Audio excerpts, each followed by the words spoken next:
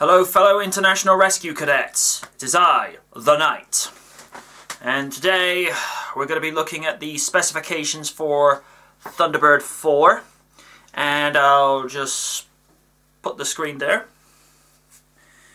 Well, as we all can see, the design is pretty much very similar to the 1965 counterpart that we're all very familiar with.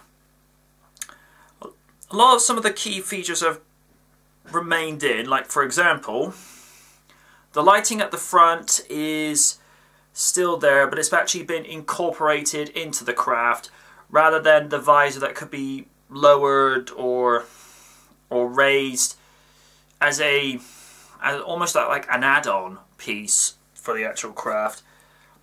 The hatch is actually underneath the ship, so it's a little interesting, a little different. I thought there was some rumour that it was going to be right at the back of the craft, but you know, we just roll with it.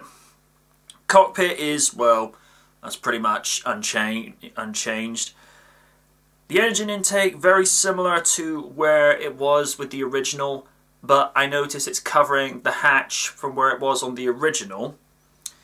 The scanning array, I'm guessing this is just, you know, where all the underwater sonar sounding equipment will be, you know, just making... I notice as time goes on, in regards to equipment, they tend to make it smaller. You know, particularly in regards to computers, phones, and various other kind of tech, so I suppose that's somewhat applicable here. Now the dry tubes, not 100% sure what that is meant to pertain to, but I presume as we get closer and closer to the premiere date, we'll be given a little bit more information in regards to what goes on there.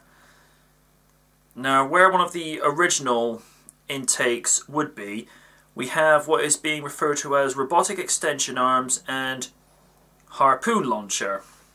As we all remember, with the original Thunderbird 4, most of the equipment from anything like the laser cutter, the ram, and the missiles were all stored at the front.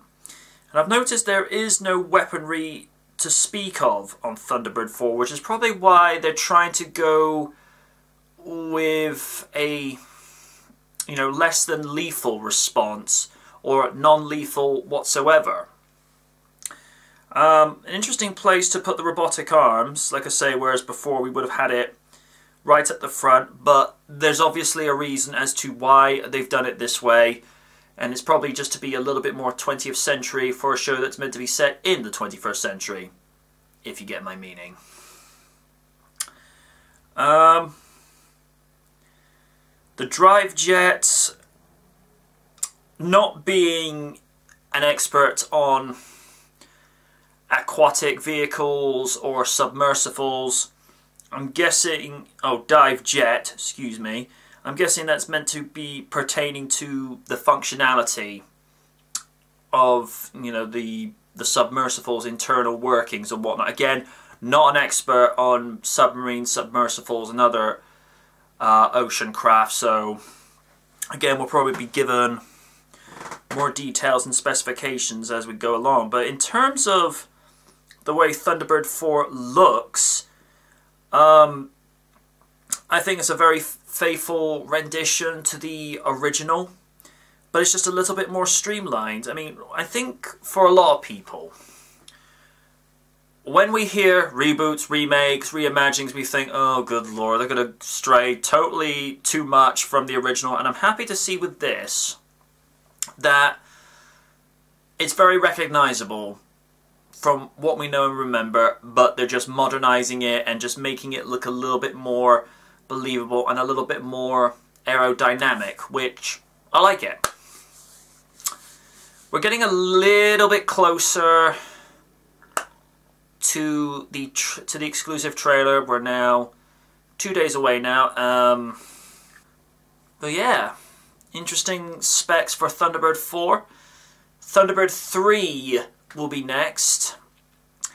I have been seen from some pictures that Thunderbird 3's arms into the actual, side boosters on the ship actually do detach from the boosters and actually act as some kind of robotic arm, so that should be interesting to look at.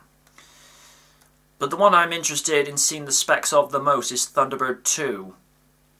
A 2015 rendition of International Rescue's air freighter transporter. That'll be interesting. Until next time, good night from the night.